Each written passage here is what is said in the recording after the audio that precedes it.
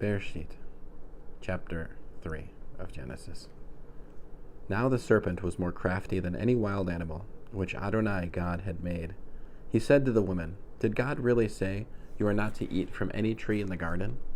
The woman answered the serpent, "We may eat from the fruit of the trees of the garden, but about the fruit of the tree in the middle of the garden, God said, 'You are neither to eat from it nor touch it, or you will die.' The serpent said to the woman, 'It is not true that you will surely die, because God knows that on the day you eat from it, your eyes will be opened, and you will be like God, knowing good and evil.'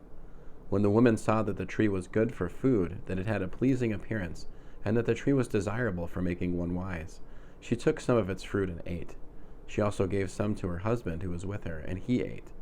Then the eyes of both of them were opened, and they realized that they were naked. So they sewed fig leaves together to make themselves loincloths. They heard the voice of Adonai God walking in the garden at the time of the evening breeze. So the man and his wife hid themselves from the presence of Adonai God among the trees in the garden. Adonai God called to the man, "Where are you?"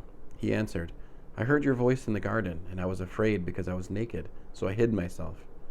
He said, "Who told you that you were naked? Have you eaten from the tree from which I ordered you not to eat?" The man replied, "The woman you gave to be with me, she gave me fruit from the tree, and I ate." Adonai God said to the woman, "What is this you have done?" The woman answered, "The serpent tricked me, so I ate."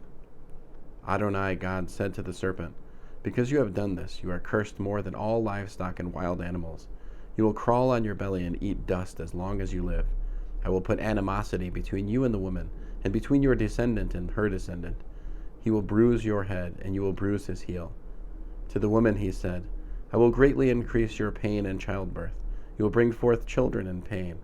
Your desire will be toward your husband, but he will rule over you."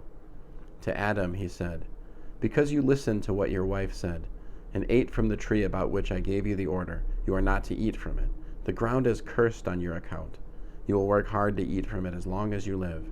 It will produce thorns and thistles for you, and you will eat field plants. You will eat bread by the sweat of your forehead till you return to the ground, for you were taken out of it. You are dust, and you will return to dust." The man called his wife Hava, Eve, life, because she was the mother of all living. Adonai, God, said, "See, the man has become like one of us, knowing good and evil. Now to prevent his putting out his hand, and taking also from the tree of life, eating and living forever. Therefore, Adonai, God, send him out of the Garden of Eden, to cultivate the ground from which he was taken." So he drove the man out, and he placed at the east of the Garden of Eden the cheruvim and the flaming sword, which turned in every direction to guard the way to the tree of life.